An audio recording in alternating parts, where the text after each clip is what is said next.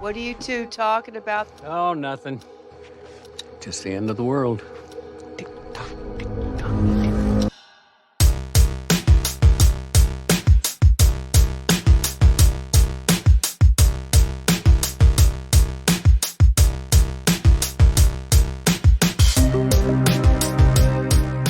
Yada yada, yada yada. Folks, I think you know what time it is. We are back for a brand new episode of Who Pods the Watchmen. I'm Grant, and along with me is Clay.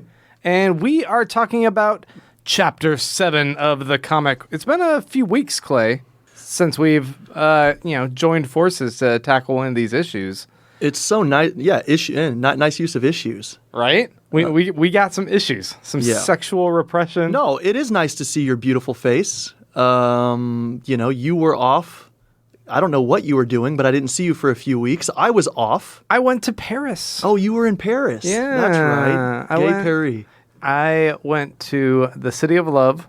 I went to Gay Paris for a couple weeks. It was pretty dope. And you also went to a beautiful, luxurious place. I did. I went to a slightly less luxurious place. Well, it was luxurious, but it was also smog-infested Mexico City. Oh, yeah. Okay. I thought it was Lubbock. Yeah, exactly. You went to Mexico City. I meant to go to Lubbock, but I ended up in Mexico City. So next time, get on I-35 north rather than south. You made quite the mistake. But I'll say this. In Mexico City, at a coffee shop, relaxing, I was able to look at the Watchmen, which you got me in France, which was lovely. It was Le Gardien, which was the French version of the Watchmen of the issue that we are discussing today. Right. Okay, so when I went to France, I feel like I'm bragging every time I say, oh, when I went to Paris. Well, just call it France. Yeah, when I went to Paris, I went to a couple different comic book shops, and I was trying to find just individual Watchmen issues or a soft paperback When version. you said soft, I got excited. This is the episode to discuss soft, Yep. softness and hardness. Anyway, and I couldn't find any. I found a couple hardcover ones, but they were also ultimate editions, and they were 130 euros or whatever the fuck. And I was like, no thanks. I'm not worth that much. Not worth the weight it would cost me to ship that thing back with me.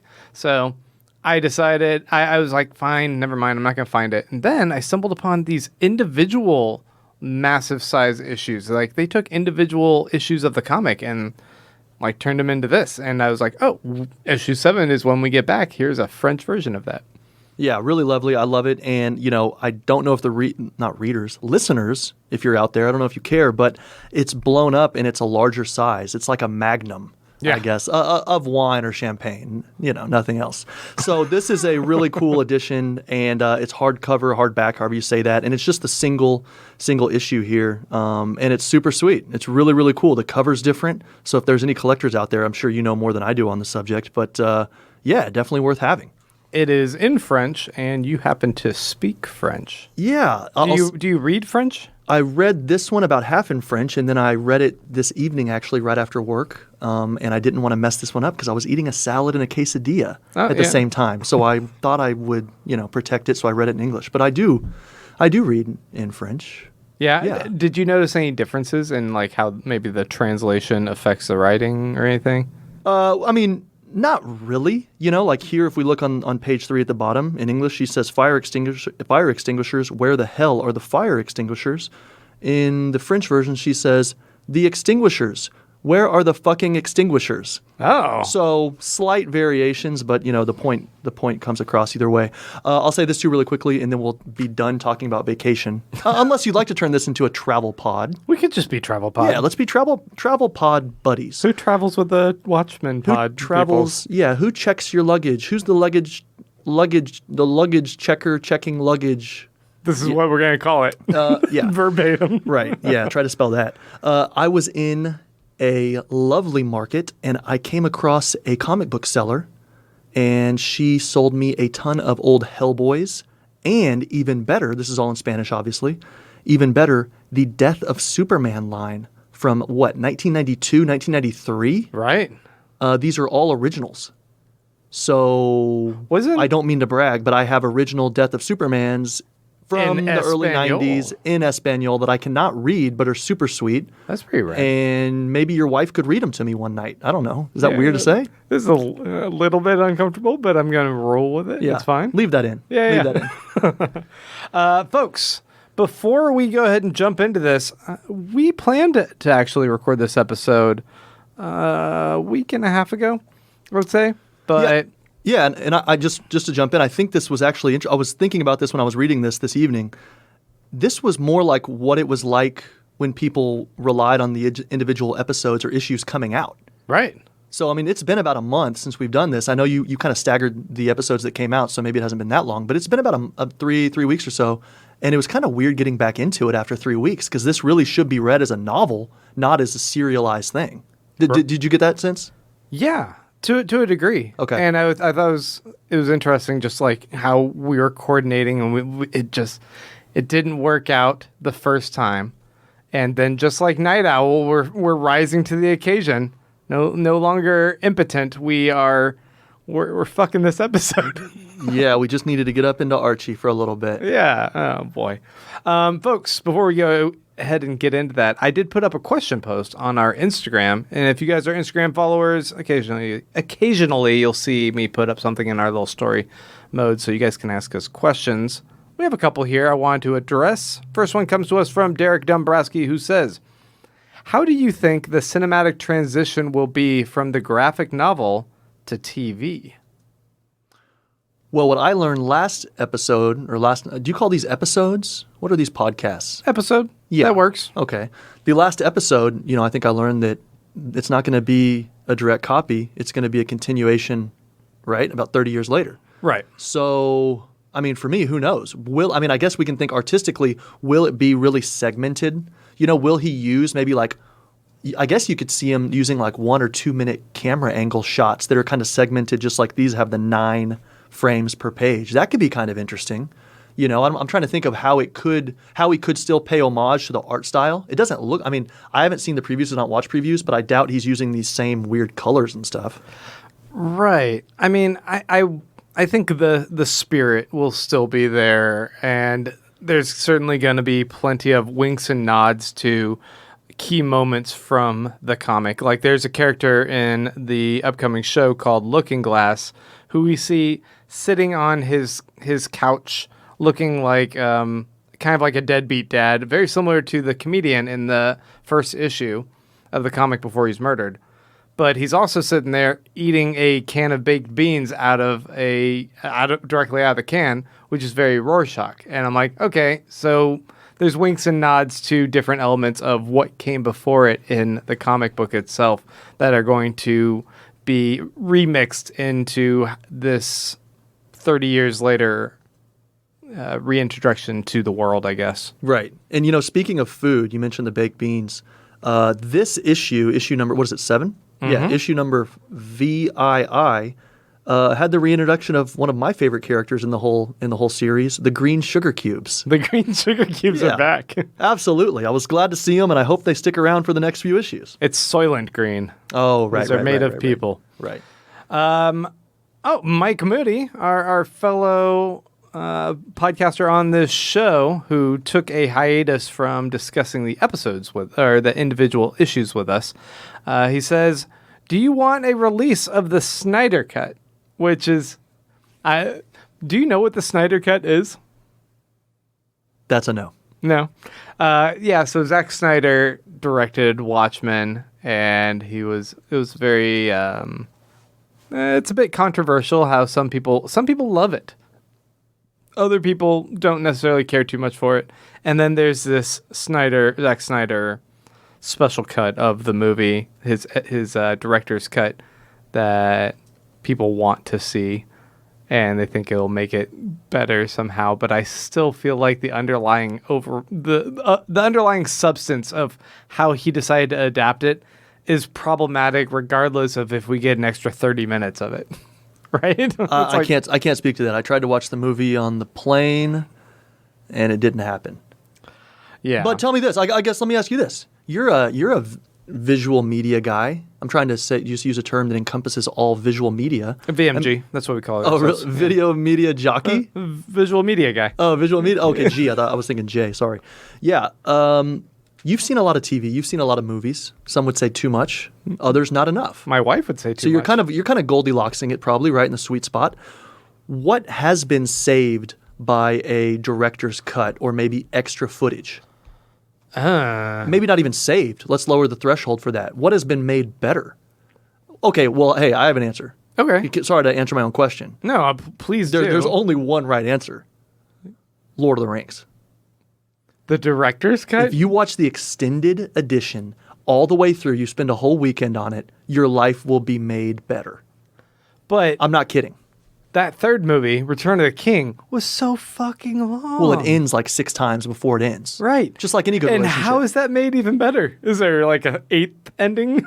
Well, nothing's perfect in life, but you just have to kind of roll with it and appreciate it. Yeah. So the holistic view of it is that it's better with the director's anytime cut. you have more Legolas, yeah, it's not wrong.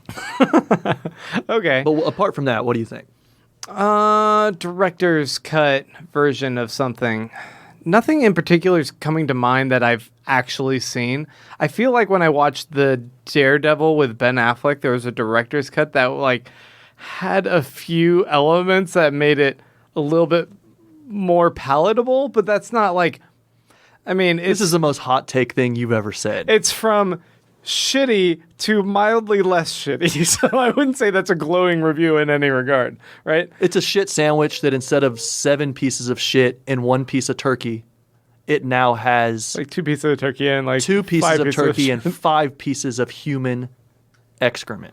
Right. Yeah, so it's way better. Yeah, it's a little. I mean, if I had to You're choose still between not the you're two, still not ordering that sandwich. No, Yeah. no, I'm not paying full price. I'm sending it back after Right. a couple bites. Okay, so yeah, I'm sorry to go. That was just interesting.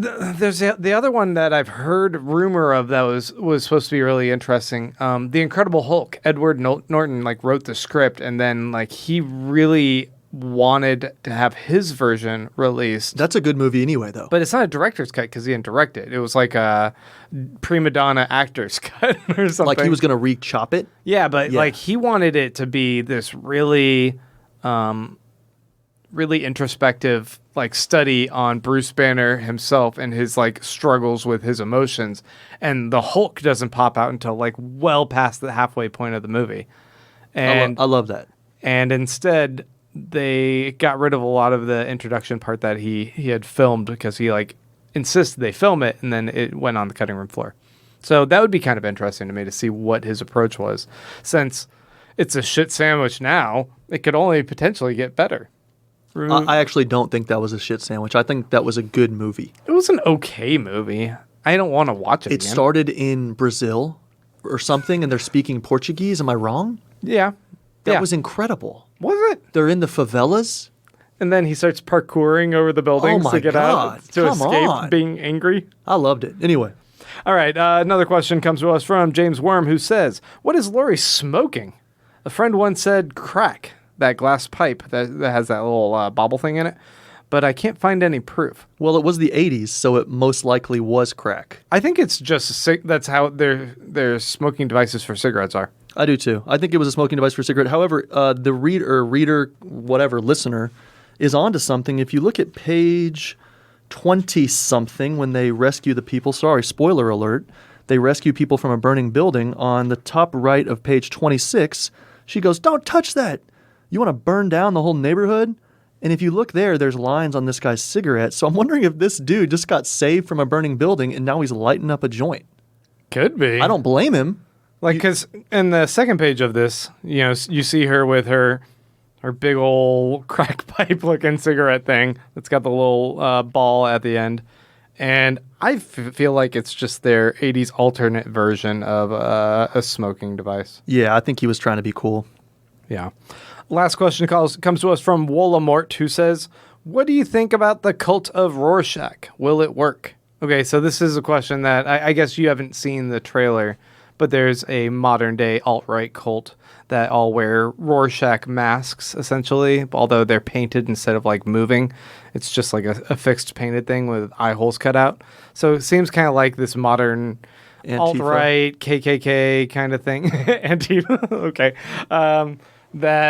That I think it's going to allow a very interesting take on current geopolitical issues going on, especially in regards to our current political climate in the country, without it being a direct commentary, because there's a lot of friction between this group who seems like a alt-right kind of terrorist group, a little bit fascistic, but their beef is also with the police and the control that the police have, which seems a little bit incongruous with, wanting a... In the show, you mean? Yeah. So are they more show. anarchist than fascist? Yeah, maybe it's a little bit more anarchist, or they don't believe in who might be controlling the police force and their accountability. I don't know. I love it. I mean, I don't know anything about it because I didn't watch the preview, but anytime you play with power structures and the friction between those and the push and pull, I think that's kind of what some of this series is about, and that would be pretty sweet if the TV show followed. Exactly. Yeah, so I'm very excited to see how that goes. Folks, if you follow us over on Instagram, I'll put up a post every so often. You guys can ask us questions. We appreciate all of you who did do that so far, and we look forward to hearing your thoughts with our next issue 8. But without further ado... Well, first of all, I wanted to announce our kind of award thing we're going to do, our sweepstakes. Oh? I believe we have a Patreon account, do we not? We do. So now it's issue 7. We have how many issues left? Does it go to 12? Yeah. Okay, so we have 8, 9, 10, 5. 11. So we have 4 more regular ones. So up until that midnight bell rings, that 11:59 p.m. ticks over to midnight, by the end of the 11th issue, the number one, what would you say, donor? Do these people donate? How does Patreon work? Yeah, you can They get offer as much as you patronage? want. Yeah, The number one episode donor- posted. Yeah. Do you have the capacity to do this? Could we call them and do a quick 5-10 minute take with them? Maybe 15 if it's going well, if they're not complete idiots. I don't know. Oh man, Could you we say chat- that and then they only gave me 5 minutes. They must think I'm an idiot. Yeah, I didn't mean to say idiot. I didn't know what to say. I'm sorry. If it's going well, if we're vibing with them, could we give them 5, 10, 15 minutes with us to chat about the issue? Can you do that? Do you have the capacity to do that technologically? Yes, we could do that. I just thought of it now. I think we should do it. All right, more work for me. Let's do this, guys. Fantastic. Great. So patreon.com/whopodsthewatchmen if you guys want to go in and get your pledges in, and then eBay style make it fucking competitive, I guess. Oh, We're gonna lie and this say person's $1.27, so we're gonna have a running meter on an Instagram story. Yeah.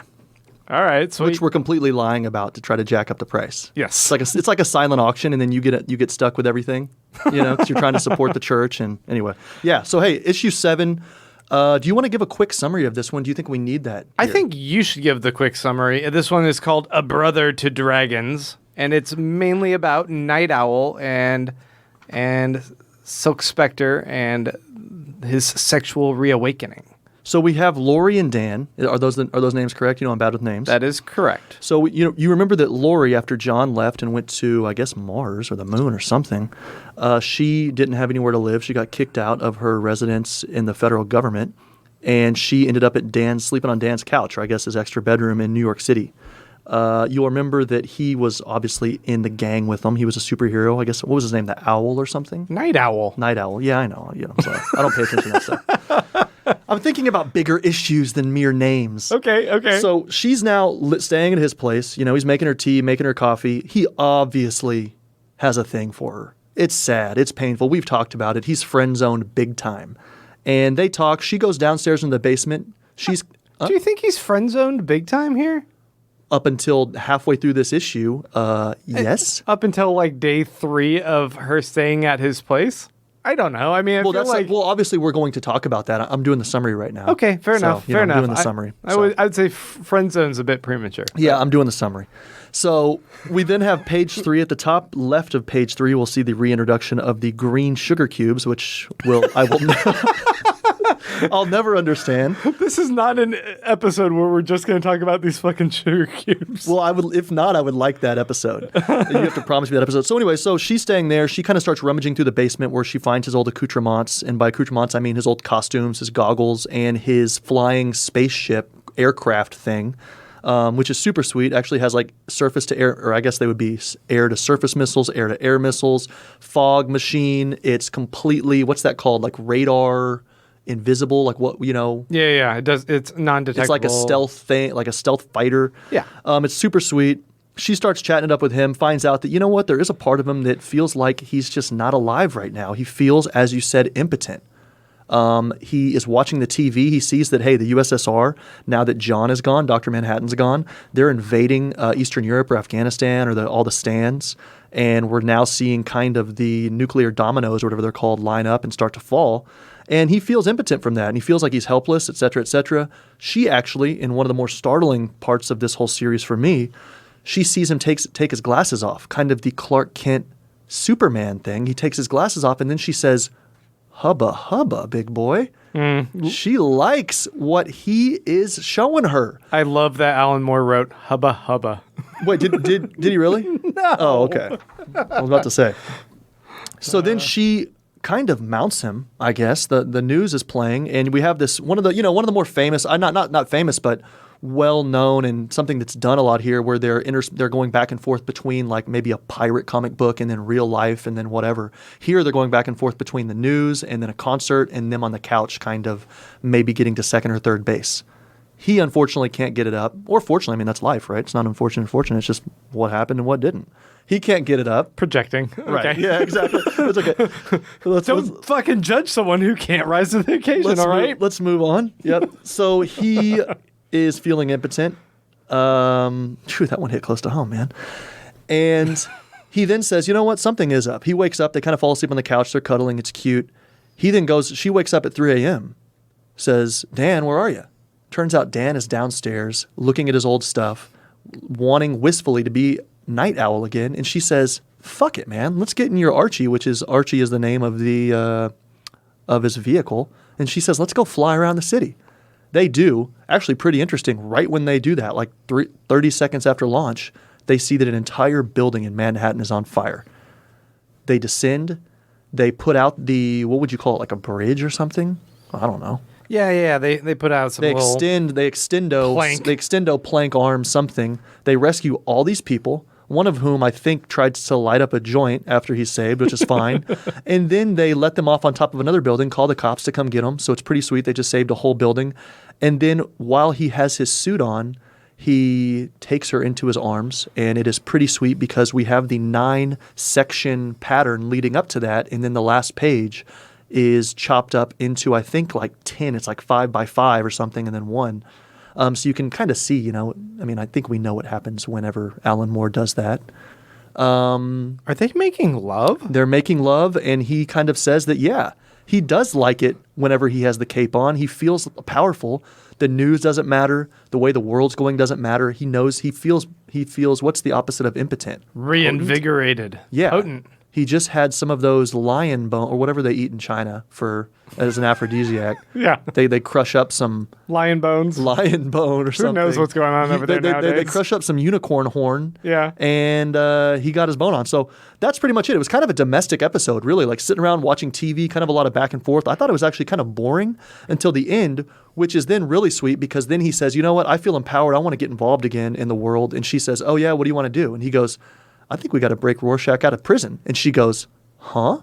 Yeah. What? Oh, she goes, what? Yeah, she goes, what? And then it ends. So we know that it's cliffhanger ending. Yeah, which was pretty sweet. So, okay. So you just shared your thoughts on what you felt about this issue. Well, I shared my summary. Your summary, but you also said overall you found it a little bit of a boring issue until the very end. I thought this was a pretty interesting glimpse into there's the mundaneness of them just kind of walking around his house and then watching TV, but the underlying relationship issues that they explore with superheroes, the solitary nature of what they do, that they don't have people they can they can kind of share their lives with. Spider-Man, Batman. We've seen this in countless other like But superhero. Batman doesn't want to share his life anyway. Spider-Man does, but can't. Right. I think that's a difference. But you go ahead. I'm not a DC guy. No, but I mean, I think it's interesting that we are definitely shown that Dan Dreiberg, Night Owl, is very much just like Batman in so many ways. In his Batcave, all these devices that he's poured his technical skill and his dad's money and his passion into, like really theming everything out to be owl related. He has all these different themed suits. You even see the radiation suit that he has, a little owl radiation suit. Yes.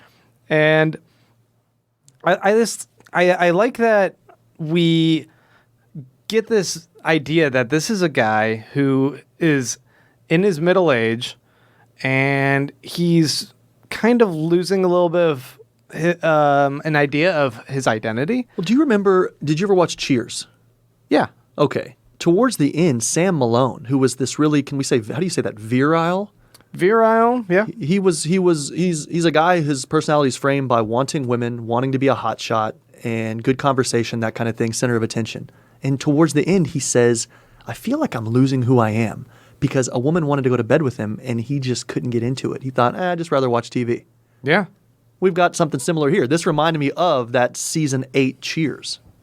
I mean, you and I, we're men of a certain age. We're now in our mid-30s. This is getting close to the age where, one hits their midlife crisis, right? And I would say he's probably about mid-40s here in this comic. 40. We are not that old. We are not. No. But it still felt like there's some things that I could at least, to some extent, identify with. In him feeling like he spent a lot of his youth doing a lot of these adventurous things, and once he gave up his costume, he doesn't really know who he is. He feels listless to some degree. He feels a little bit... Or not only that, but he doesn't know what he likes. Yeah. He probably knows he's a good guy and he can go out there and, buy sugar and refill the sugar container. But this was a man... he doesn't really like anything else. He operated with a huge degree of confidence. He's a person who put on a costume and went and faced off with criminals who could have killed him. And he went to Harvard and studied ornithology. Yeah, let's not discount the intellectual aspect too. But now he has a girl living at his house and he's awkward and uncomfortable flirting with her. He's kind of mumbling in a goof about his little ship and his other tools down in his cave. Harvard guys. And he's just kind of nerdy and a little bumbling and awkward. And this is not the same guy he is when he puts on that suit. It really reminded me of what Alan Moore was exploring with Rorschach, with Walter Kovac's character. Like once he no longer associated with his real life persona, his Walter Kovac's. He now was fully in the tank as Rorschach, and that was his identity. Well, and for him to lose his mask, it was for him to lose his identity. And then we see kind of a similar issue going on here with Night Owl, right? Like he no longer can recognize who he is when he doesn't have his suit on. Remove kind of similar and insert exactly the same. We have about 2/3 of the way through. You're completely right. Where he has a dream and someone reaches up to his face and unzips Dan, and underneath is the costumed person. So right. The real him, how he feels that he's himself, is that. So you're totally right. I would say it's only kind of in the fact that he lacks Rorschach's self-realization, self-actualization, like that he is the embodiment of his superhero persona. That is who he is now. And Dan hasn't come to terms with the fact that he doesn't know how to be a Dan Dreiberg without Night Owl. And he's just been bumbling through this for like 6 or 7 years. Absolutely right. Right. Yeah, I completely agree. Yeah. And I mean, I guess... But I also think that, maybe what's his name? Rorschach thought that he had to serve a purpose. He thought he was maybe not humanity's savior, but he thought he served an important purpose that nobody else could or would. And he actually mentioned that a few times. Dan, to me, is more like personal growth. You know, Right. he does want to be on his mission, but he wants to be on a mission for himself, so he can feel that those young juices flowing again, right? Which to me feels a little bit more organic and heartier and more wholesome. You know? Well, I think what else is pretty. They do a good job of articulating here the psychology of what's going on with him, in that he also is now experiencing a world that has him feeling what every other citizen is feeling, completely powerless, like hopeless, and not sure of what to make of this growing threat. Now that Dr. MAGA? Manhattan's gone, and Are you talking about MAGA? is that what a MAGA is? Oh, sorry. I thought we were talking about real life right now. Yeah, go ahead. No. But the fact that he is now joining the rest of the citizens and not knowing about whether or not nuclear annihilation is right around the corner, he's watching the news and just feeling the anxiety.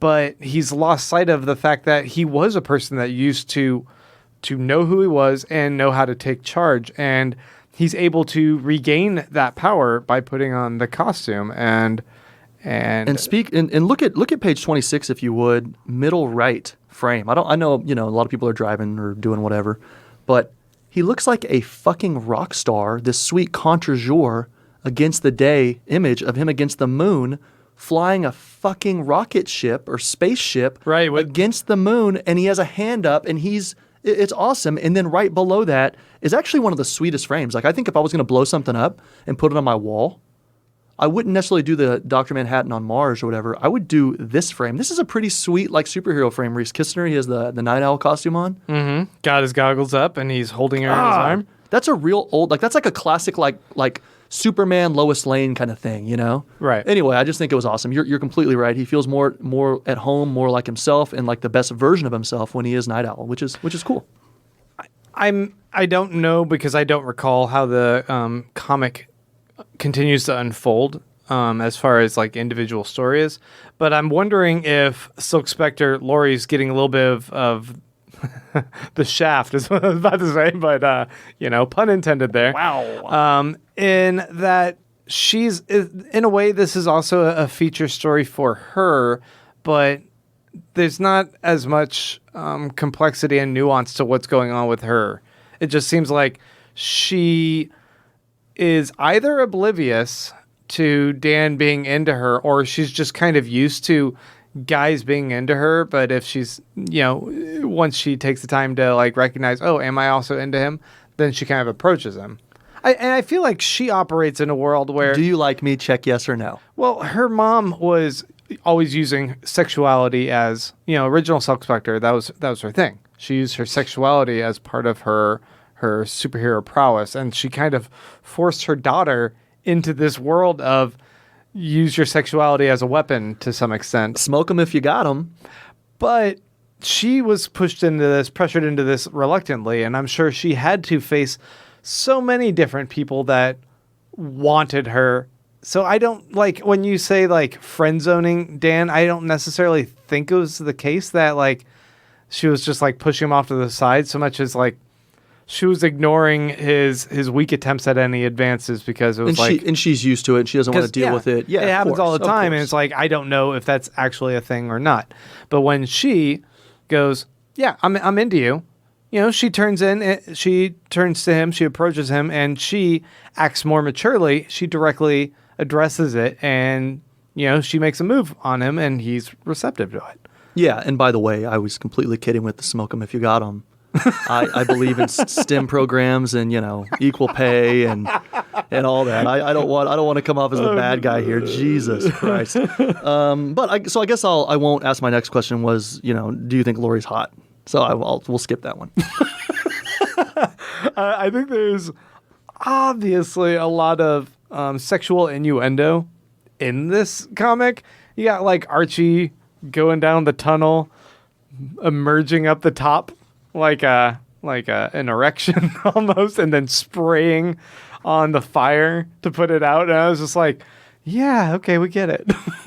I mean, were you thinking like just a boy and his toy? I actually didn't get that with the whole fire thing, but yeah, no, that makes sense now for sure. I mean, he is pressing the button as he's making out with her, you know.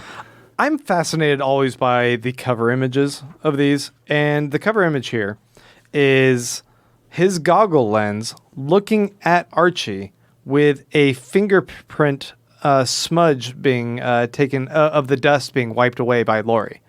And we later see that she had wiped it. She's looking at her finger. And what that indicates is, dusting off and getting back into the game of being a superhero, like removing the dust from it and looking at your life through new clean lenses. Yeah, right? and exactly. And I think that the focus on the goggles here, for sure, and I'm so glad you brought this up and kind of matured the conversation from my jokes. But this is the goggles featured so prominently in this issue, and it's obviously about how do you view the world, what makes you view the world differently, and how do you view yourself? Because a lot of times we would see in the goggles, you're right, reflections of Archie, which is the ship, or I don't know what you call it. And then a couple times you saw the owl ship, yeah. The owl ship. And then a couple times you saw in the goggles, you would see them as well, like bottom of page 4, bottom right. And then if you look at bottom right of page 10, you see him closing the door. And it's just so sad because, he's kind of fumbling with Laurie and everything like that. And it's just kind of, that's how he sees himself, as this small dude in this big room. It's almost like the other character, like the identity, the persona that is Night Owl is sitting there judging, trapped, yeah, and watching, like kind of like a creeper, but also like this lost puppy who kind of begging, no longer has his home. to be out. I mean, I think wasn't that the last Toy Story movie? Right? Which is really sad. Like, guys, what are your toys doing when they're up in the box in your attic? Like, bring those babies out, let them breathe. Yeah, but exactly. I mean, I think that was, this suit is representative, obviously, of his past and his power and his self-confidence, and it's just dying to come out, but he can't get it out. And then I guess this is a question for you, what finally brought it out?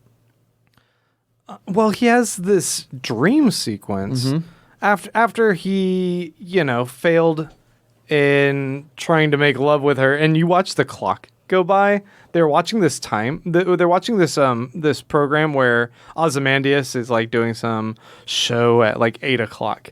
And then it goes, and then it's 9, and then it's 10, and then suddenly it's midnight, and the TV's shutting off. And they were trying for hours to successfully have sex. And finally, it's just like he rolls over and goes to sleep, and she puts a blanket on him. And I'm like, shit, man. They put in the effort really trying to make it work. But at that point, it was such a mental block on him.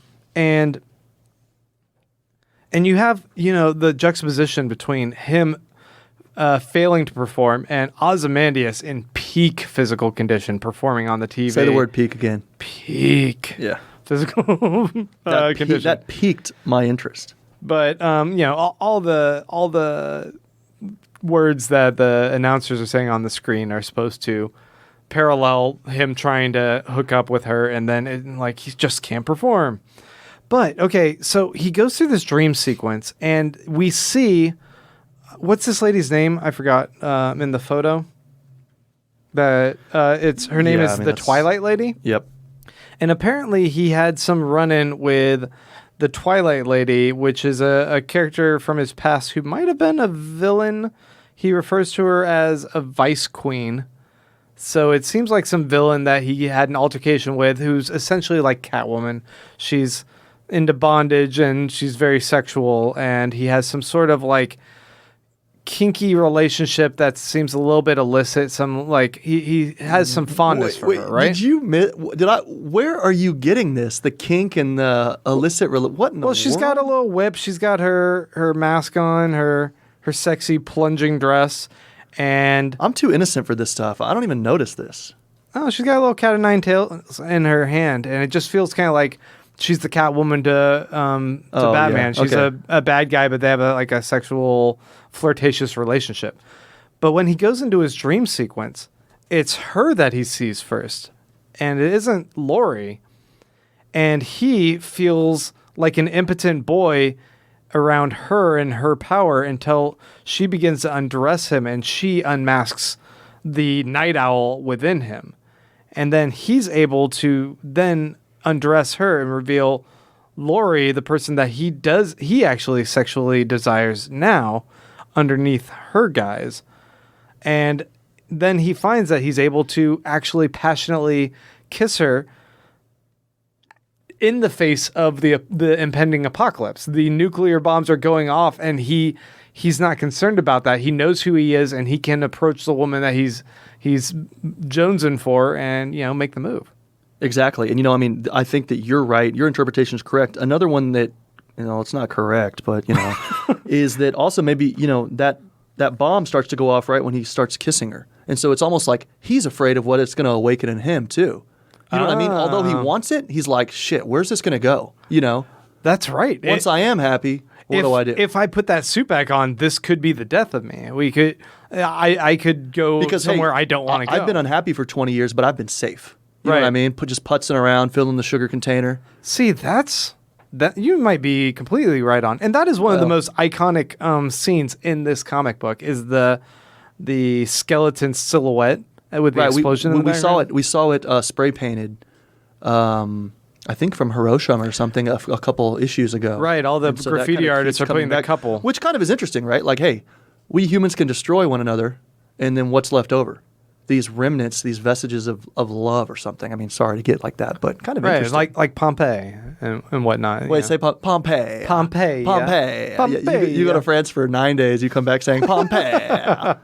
It's not like that. Just kidding. We all know that it's not in France. So I had a couple more questions.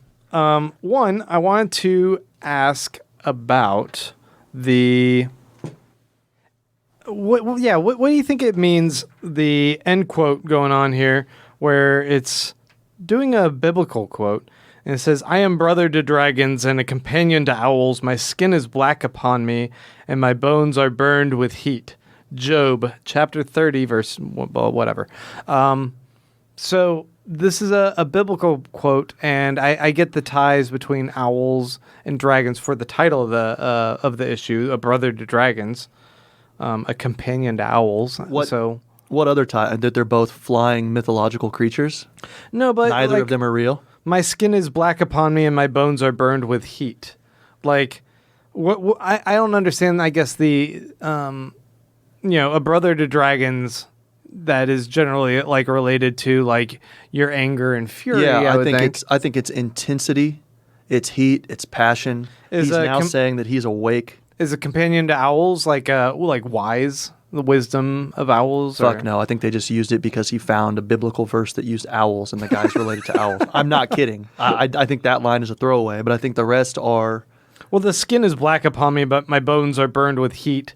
Either, that could be he's burning with a renewed passion, or he's the burned husk of the atomic bomb dropping on him, or you've been through a great struggle and a great challenge, and you've survived. Everything around you is charred, and you are standing strong, standing tall, standing firm. Do you think that his great challenge was finally hooking up with Lori, and he overcame it, and he was able to? Absolutely. No, I think his challenge was confronting his fear and just sitting around and putzing around the house for, I keep saying 20 years. I don't know. But I think, comfort is the greatest, what would you say? Enemy? Not enemy. But being comfortable in life sometimes. Comfort is complacency. And it's also one of those things that is so, comfort is a habit too. So whether you're comfortable smoking cigarettes, you're comfortable being lazy, you're comfortable not asking for a raise, you're comfortable not learning a new language, being comfortable is one of those things that really hurts you and you don't realize it because it just sneaks up on you every single day.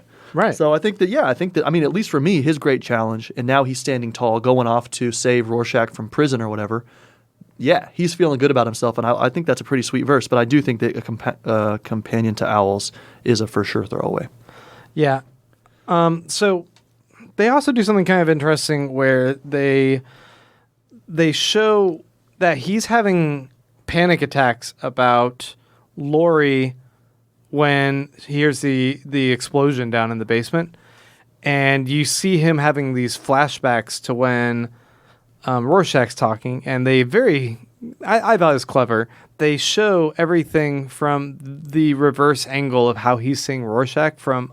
I went back and looked at those exact panels where he's quoted, and it's not a copying of the panel. It's flipping how the image is seen. So it's seen from Dan's perspective. Either he's looking at Rorschach from behind him and he sees himself in the mirror, or he's looking at the button, or he sees Rorschach pulling down his mask in front of him with the red light there. And I'm like, oh, okay, that's... I thought it was just... It's nice that you don't see anything done half-assed in this comic. They take the time to consider their scenes, and then they really visualize them in a 3D realm, in that they'll draw the same scene from different angles. I think that's neat. Wow, you're completely right. Page 11, issue 1, the middle frames. You're completely right. I did not notice that, and I think it speaks to kind of what we said, or what I said earlier, that it was weird reading this one after 2 or 3 weeks break. Right. Because I would like to read it all the way through. It is kind of like an Anna Karenina. And this was wow, that's really cool. Yeah, right. Really, really cool. I did not notice that, and thanks for pointing that out. And the fact that we're doing this, like we're taking our time issue by issue, like going through this, it does seem like more and more shows are in that binge mode where you can just watch all the way through a season. That bothers me so much. That really does bother me so much. There are certain shows where I'm like, this works for this format. It's good that I can just like watch all of it and feel like I completed something. And I if I had to stop in between, I don't know if I would have the drive to go all the way through this show, but I find it rewarding at the end. But there's other ones where I'm like, now I've lost all of the water cooler talk. I like the week after week of like discussions of theories of analysis of book club, and we get to have this here because like we don't fully remember the end of this. My goodness, book club. This is a bit of a book club. This is a bit of a book club, and I love book clubs. Yeah, there's something to Casey Musgraves, who is maybe my top celebrity crush. If we, are we too old to have a celebrity crush? No. Who's yours? Gillian Anderson used to be. From Mulder and Scully or whatever? Yeah, when I was a kid, X-Files and all that. What was it, The Truth Is Out There or something? Yeah. She was out there for you. Who's my current celebrity crush? I don't know. I don't know if I necessarily have If you say it's Ariana Grande, it's disgusting. Okay, well then I won't say that. Were you going to? No. Oh, okay. Don't admit it if you were, because that's absolutely disgusting. Okay. I'm sure she's a lovely woman, but it's just gross. No, so Casey Musgraves, she has a song on her latest album, Slow Burn. There's something to the slow burn. But you know what? I've been thinking about this, and I think that we are in this binge mode because TV shows now are more cinematic, right? They are more like movies. And hey, where's the sitcom? Where is the sitcom? The thing that is made to be enjoyed really quickly, kind of like a mobile app, like Candy Crush. You use it for 30 minutes, you forget about it, and then a week later it's there again. Where is the what was it? Week-to-week sitcom? Frasier. Parks and... maybe I just don't watch TV anymore, but like I remember thinking the last good one was maybe Parks and Rec. I know you like that one called The Good Place. I don't like that. Oh my God. The Good Place is one of the best television shows of all time. The Good Place, Brooklyn Nine-Nine is pretty solid. Is it still on? Rick and Morty, do you consider that a sitcom? Or is it because it's animated? Animated things are my favorite, but it's only on like once every 1.5 years. Yeah, but they just got renewed for like 4 more seasons, and they've already like completed the next 2 seasons, and they're going to air them back to back. Comic book.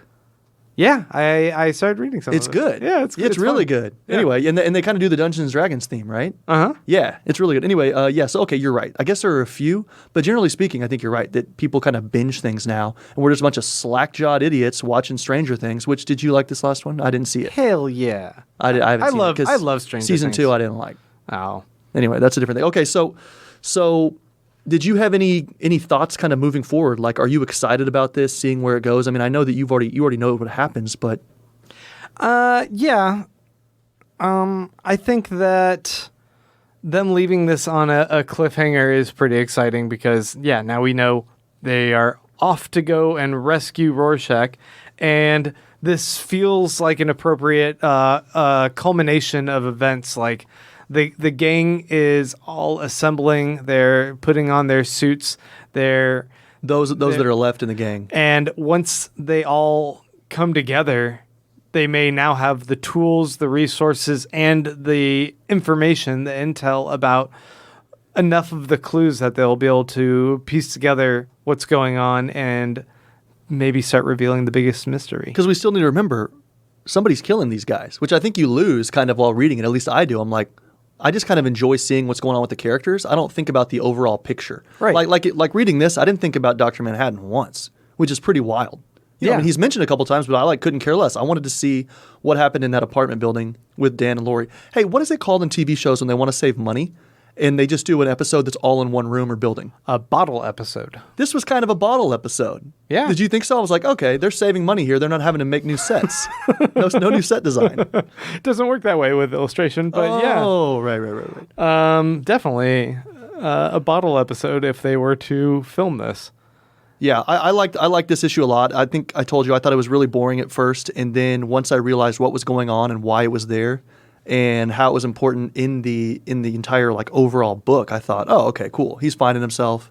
He's reawakening because he needs to. I mean, we can't how's the story going to progress if he's always sitting at home filling up his sugar container, being bored.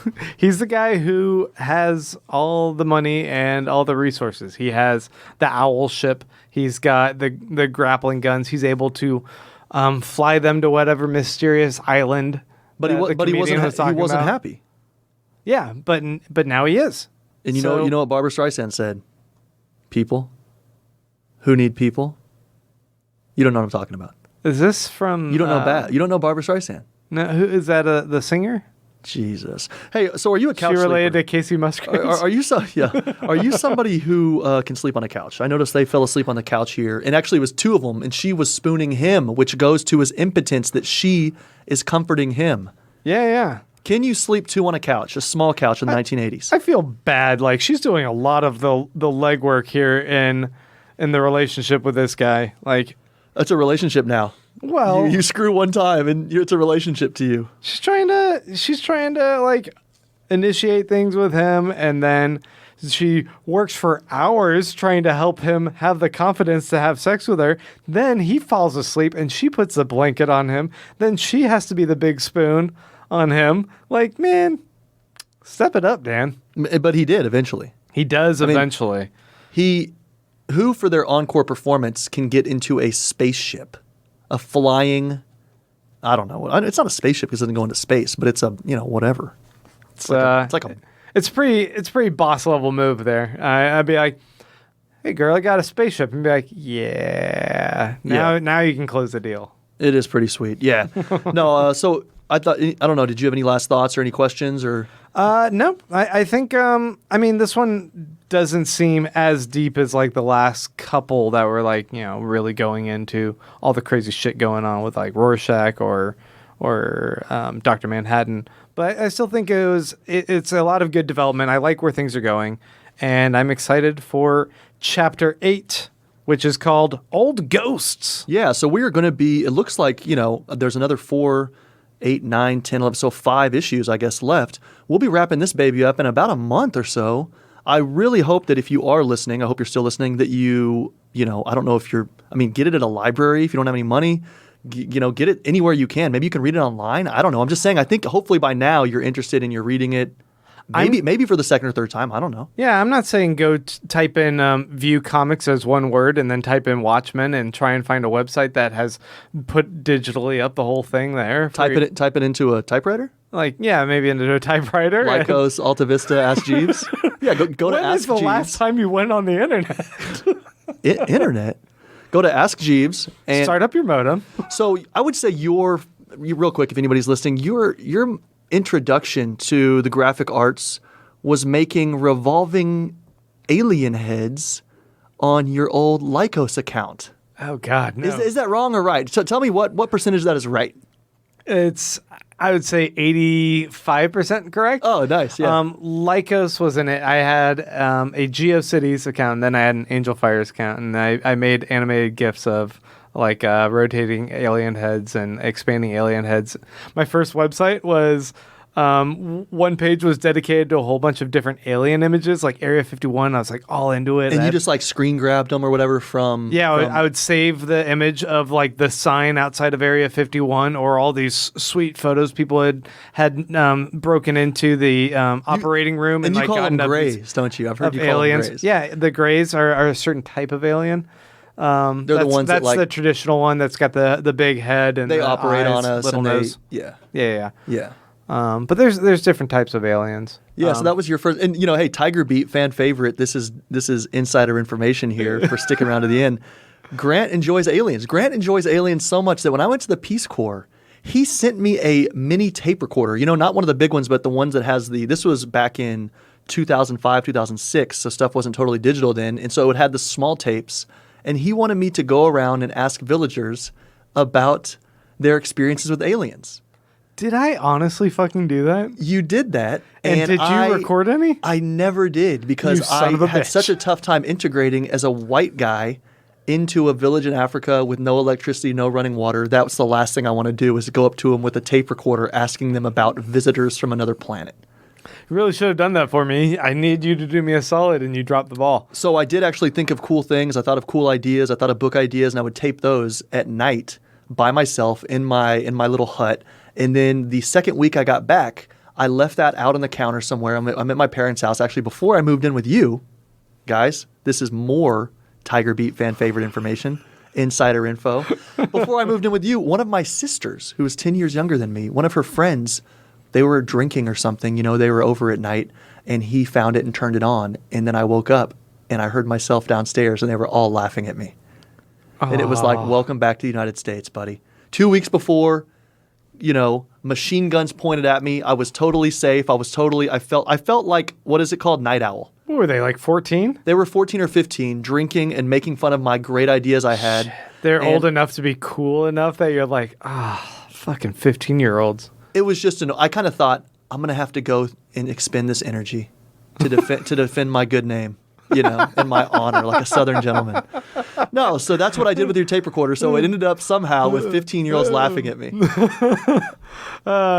If only you had interviewed people about aliens.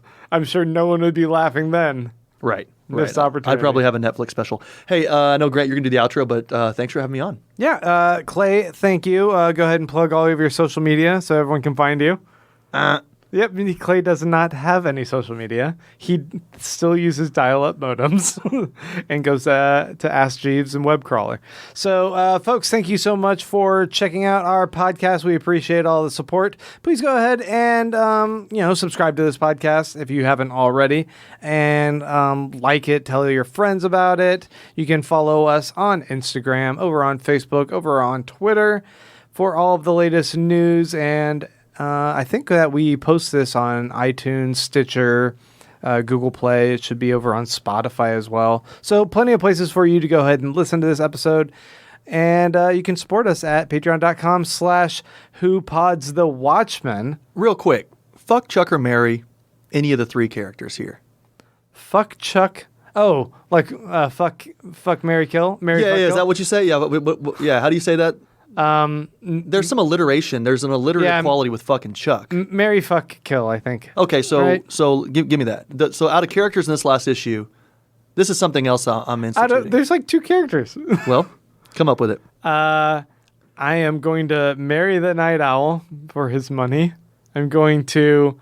This is where you get in trouble with your wife. I'm going to have sexual relations with the Silk Spectre. And who else is even in here? I'm going to kill Archie, I guess. The ship. What about you? I'm going to fuck the sugar bowl. You've been fucking that I fucking that sugar bowl all night. I'm going to fuck that green sugar bowl. I'm going to for sure marry Night Owl. And I am going to kill...